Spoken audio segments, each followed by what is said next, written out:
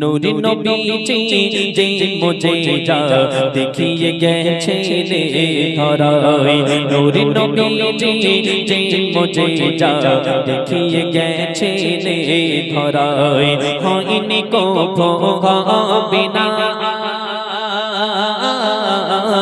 হয়নি কো বিনা অন্য আর কারো দ্বারায় নূরি নবীজি যে মুজিজা দেখিয়ে গেছেন ধরায় বুক চোড়ে নবী আমার গেলেন মাওলার দরগায় ইহুদি এক পাশ করিল নবী পাকের জামানায় মিরাজের ঘটনা যখন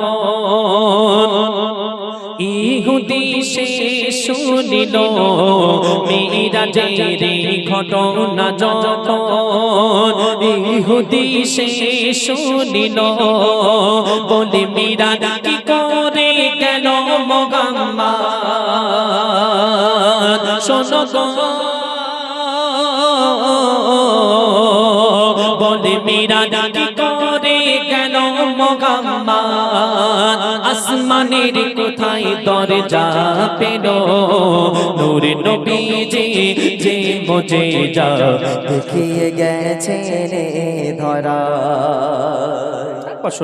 ইহুদি মনে মনে করছে এক রাতে মক্কা থেকে মদিনায় যাওয়া যায় না, আর মোহাম্মদ বলে কিনা সে এক রাতে মক্কা নয় মদিনা নয় অন্য দেশ পার দিয়ে জেরুজালেমে মসজিদে আকসায় গিয়ে সেখানে নবীদের ইমাম হয়ে নামাজ পড়ালো, আবার সেখান থেকে ঊর্ধ্বে গমন করে আসমান পথ ভ্রমণ করলো, আল্লাহর সঙ্গে দেখা করলো, জান্নাত জাহান্নাম সব দেখলো, আবার বাড়ি এসে বলছে কিনা যে আমি এসে দেখছি আমার অজুর পানি এখনো গড়িয়ে যাচ্ছে, এও কি সম্ভব?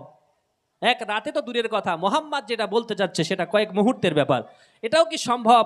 এই ইহুদি যখন এই মনে মনে করতে করতে যখন নদীতে গোসল করতে গেল, আল্লাহ পাক রব্বুল আলামিন এই ইহুদিকে বোঝানোর জন্য যে হ্যাঁ আল্লাহ যে কাদির, আল্লাহ পাকের নাম দেখবেন কোরআনের মধ্যে বিভিন্ন জায়গায় বিভিন্ন আকারে প্রকাশিত হয়, এর মধ্যে একটা নাম হলো কাদির অর্থাৎ সর্বশক্তিমান। এই যে আল্লাহ পাক যে সর্বশক্তিমান এর প্রচার এর যে ভার এটা মানুষকে বোঝানোর জন্য ওই ইহুদিকে বোঝানোর জন্য কি প্রকাশ করাচ্ছেন কবি লিখছেন শুনুন। একই রাতে গো যায় না যাওয়া মক্কা হতে মদিনায়, আর সাত আকাশে কেন মুহাম্মদ পাগলামি আর কিছু না। একই রাতে গো যায় না যাওয়া মক্কা হতে মদিনায়, সাত আকাশে কেন মুহাম্মদ পাগলামি আর কিছু না। এত কিছু ভেবে ইহুদি মাছ কিনে ঘরে ফিরে, এত কিছু ভেবে ইহুদি মাছ কিনে ঘরে ফিরে, আর মাছের ঝোলা ওই বউকে দিয়ে সে গোসল করিতে নদী যায়। নূর নবীজি যে মুজিজা দেখিয়ে গেছেন ধরায়, নূর নবীজি যে মুজিজা দেখিয়ে গেছেন ধরায়। বউকে মাছটা দিয়ে বললো বউ এটা কুটে কেটে ভালো করে রান্না করো, আমি গোসলটা সেরে এসে খাবো মজা করে। এখন নদীতে যখন ডুব দিয়েছে ইহুদি, কি পরিবর্তন আল্লাহ পাক রব্বুল আলামিন তার সঙ্গে কি করছে কবি লিখছে শুনুন। নদীতে নেমে ডুব দিয়ে সে ওঠে যখন কিনারায়, আল্লাহর কি কুদরত দেখো, পুরুষ ছিল মহিলা কি ছিল আর কি হলো? এই তোমরা শুনছো? যখন নদীতে ডুব দিল তখন কি ছিল? এই এরা কোথায়, তোরা কোথায়? এখানে আছো না? কি ছিল এখানে? আয়, তোকে পুরস্কার দিতে হবে। আয় উঠে আয়, তুই গজল শুনছিস একা। আয় আয়, ওইটা মাথায় হাত দিচ্ছে কেন রে? হ্যাঁ তোকে পয়সা দেবো বলে ডাকছি, ও মাথায় হাত দিচ্ছে। আয় চলে আয়, ছুটে আয়। ওই একাই গজল শুনছিল। যখন ডুব মেরেছিল কি ছিল? পুরুষ। আর ডুব যখন মেরে উঠছে তখন কি হচ্ছে কবি লিখছে শুনুন।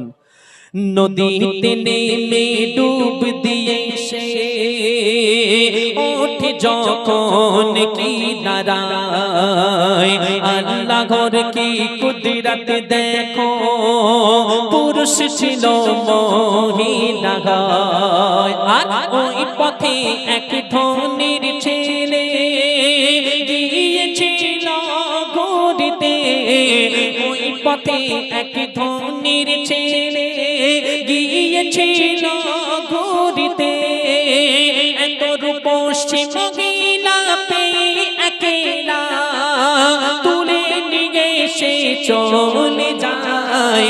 নূর নবীজি যে মুজিজা দেখিয়ে গেছে রে ধরায়, নূর নবীজি যে মুজিজা দেখিয়ে গেছে রে ধরায়।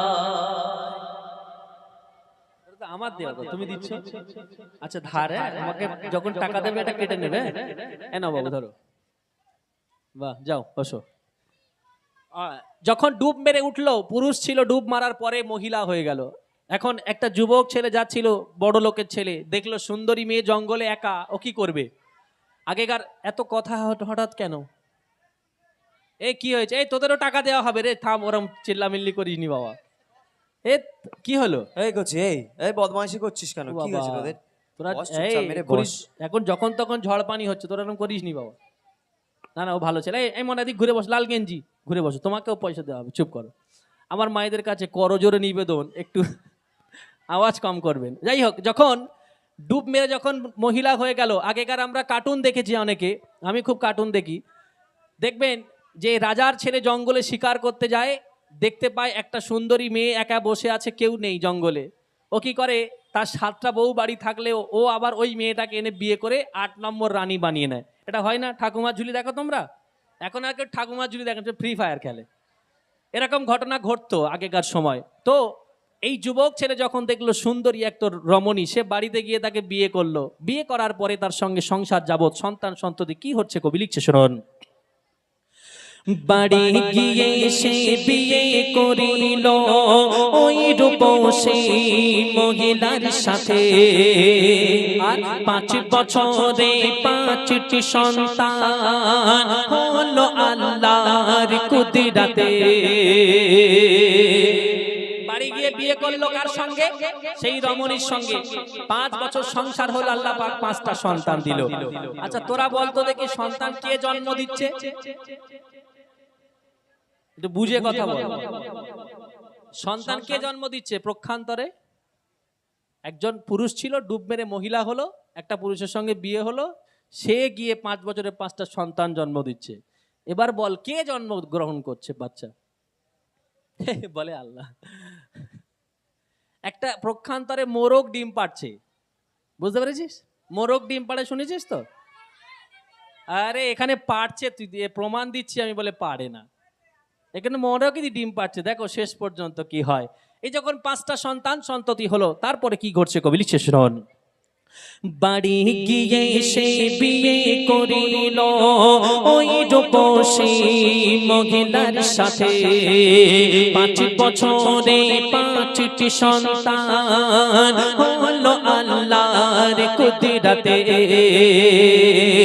6 বছরে কেমন করে ঘুরতে এলো সেই নদীতে, 6 বছরে কেমন করে ঘুরতে এলো সেই নদীতে, নদীতে নেমে ডুব যেই দিল, পুরুষ হয়ে গেল পুনরায়।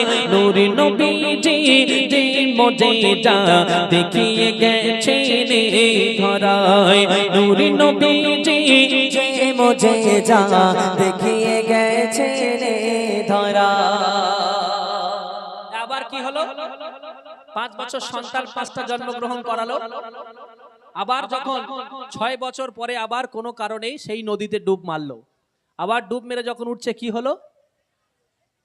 তোরা গজল শুনিস নি বল? এই মায়েদের কাছে জিজ্ঞেস করলে এক্ষুনি বলে দেবে। কি হয়ে গেল আবার?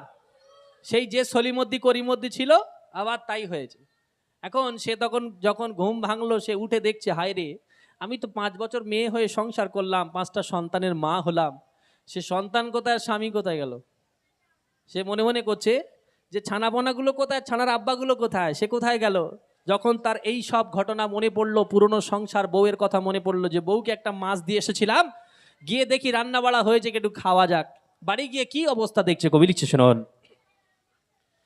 কোথায় গেল স্বামীর সংসার, কি ঘটনা ঘটে গেল, তাড়াতাড়ি সে ফিরল বাড়ি, যেটা তার আগের ঘর ছিল। বাড়িতে গিয়ে বউ দেখে তার বটিতে বসে মাছ হাতে। বাড়িতে গিয়ে দেখছে বউ এখনো মাছ কোটা হয়নি, বউ এখনো বটিতে বসে আছে, মাছ হাতে কুটবে কুটবে ভাব। তুই বল, মানে তোর যদি বউ এরকম করতো, ওই বউ আর বেঁচে থাকতো? মাছ কোটা হতো না, বউ কোটা হওয়ার কথা। কি করতিস সত্যি কথা বল? হ্যাঁ বাবা, সব হিম্মত আলি রে, বলে বউ কুটে। হ্যাঁ যাও, এখন ঠেলা আছে। যাই হোক, এখন গিয়ে দেখছে বউ এখনো মাছ করছে, এখনো রান্না তো দূরের কথা, তখন মেজাজ তো পুরো চড়ায় গরম। কি ঘটছে কবি লিখছে, শুনুন।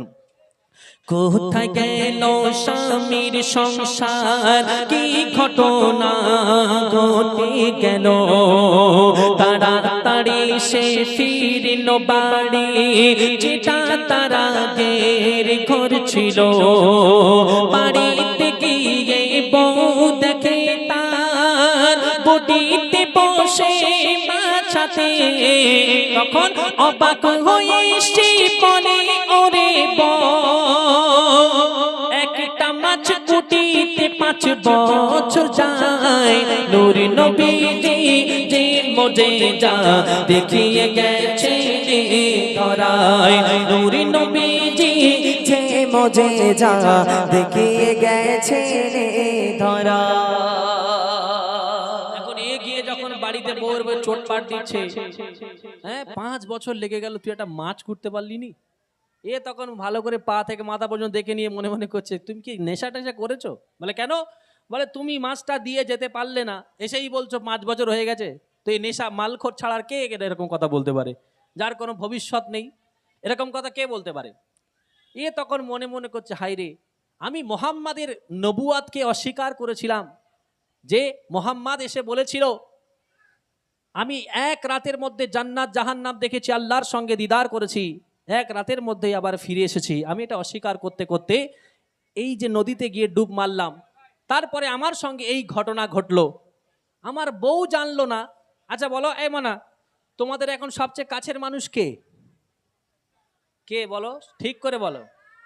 যা হয় ছুটে গিয়ে মার কাছে বলো। আর তোমার আব্বার কাছের মানুষ কে?